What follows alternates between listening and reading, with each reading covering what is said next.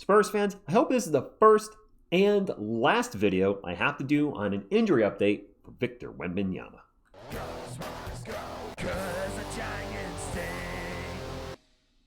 What is up, San Antonio Spurs fans? Welcome to TSR Sports. Hope you had a great new year. And of course, there's a lot of news about Wemby, so we're going to get it into this video. In a few moments, I'll also talk about what he might miss again. You may have already figured it out. So if you have, drop a comment right now.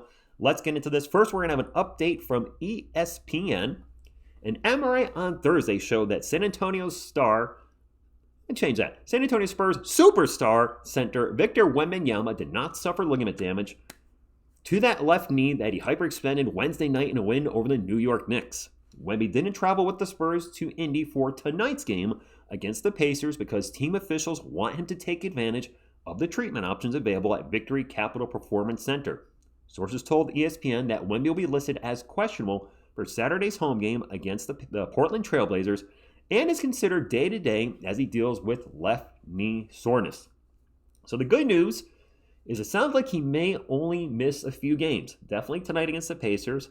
My guess, Spurs fans, is looking at our upcoming schedule, he's going to miss the game against Indy tonight, which we already know, the Blazers tomorrow, and the Grizzlies on Tuesday, January 6th. I could possibly see him coming back on January 7th versus the Lakers on ESPN. And no conspiracy theory there. If he was to come back for one game of that back-to-back, it makes more sense for him to come back in the home game versus LA than the away game versus Memphis. So hopefully he only misses about 3 games. That being said, I got to think our Spurs will proceed with extreme caution, with this being the second injury Wemby has had this season. He had the calf injury that kept him out for quite a while, and now this new knee injury. I wouldn't be surprised, I hate to say it, if he misses more than 3 games. And if he does miss more than 3 games, what's going to be his stat? Or if whatever time he misses, what's his status going to be when he comes back? Coming off the bench again, you got to think there's still going to be a minutes restriction. He was still on a minutes restriction when he went out with this injury. So he's going to be on one, I got to think, when he comes back. But looking ahead on our schedule, Spurs fans, we got some back-to-backs coming up, and I'd be shocked if he plays in both games of those back-to-backs. He did it recently in a back-to-back, so maybe he'll do it again. We'll see. I got to think if he's healthy and good to go for these, he's going to want to play in both. But the Spurs might be cautioned, say you're only playing in one. By the way, shout out to Derek White. We have the Celtics coming up on January 10th. Just tied an NBA record for most blocks by a guard in a game by blocking 7 shots versus a Utah Jazz. Once a Spur, always a Spur. Now let's get to the title of the video. Wemby might miss it again. What am I talking about? Of course, I'm talking about Defensive Player of the Year. When we break down his games missed from November 16th to December 10th, he missed 12 games. As of this video, he's got tonight's game he's missing versus the Pacers, which means 13 games total. That means Wemby can only miss 4 more games to be eligible for Defensive Player of the Year, All-NBA, and any other type award. If he plays less than the 65 games, he's going to miss Defensive Player of the Year for a 3rd year in a row. I'm going to call it like I see it. I think he was robbed his rookie year. Rudy Gobert won it. Rudy was on a great defensive team for sure, but when Rudy Gobert left the court, they were still a pretty darn good defensive team, weren't they? You took Wemby off the court with the Spurs' rookie year, they absolutely sucked. 2025, missed 36 games, which means he only played in 46, ineligible because of the blood clot, which was a medical issue, so he could not win Defensive Player last year, but he certainly probably wouldn't have been DPOY had he played 65 games. And then there's this year. What's going to happen? I don't know. Obviously, none of us know. If he drops under 65, he seems to be the clear-cut runner to win Defensive Player of the Year. He will miss out on it again. I certainly hope not. But my goodness, Spurs fans, this 65-game rule, and some of you wrote me about it, is really going to hurt a lot of NBA players this season. Possibly Wemby. Definitely going to hurt Nikola Jokic. He's out for at least a month. I think I read he's going to miss probably 16 to 18 games, which is, if it's 18, that's going to put him at 64. He has no chance at any award, and he, at this moment in the season, looked like a front runner for MVP, averaging a triple-double. Was he averaging like 29, 12, and 11? Which is absolutely insane. And shooting over 40% from 3. Unfortunately, he's out with a knee injury. A similar injury, by the way, if you did not know, Jokic is out, hyperextending his knee for a month, which why when we hear hyperextension of the knee with Wemby are like, how long is he going to be out? I do get this rule, Spurs fans, why it's in place, because of load management, etc. 65 games played is 79% of the regular season. That doesn't seem unreasonable, but I do understand why some of you don't like it. I get why the players don't like it. Unfortunately, players in the past have abused load management, and the NBA had to do something about it, so the rule is here for now in the current CBA. As far as Wemby, sounds like he's going to be okay. It looks scary.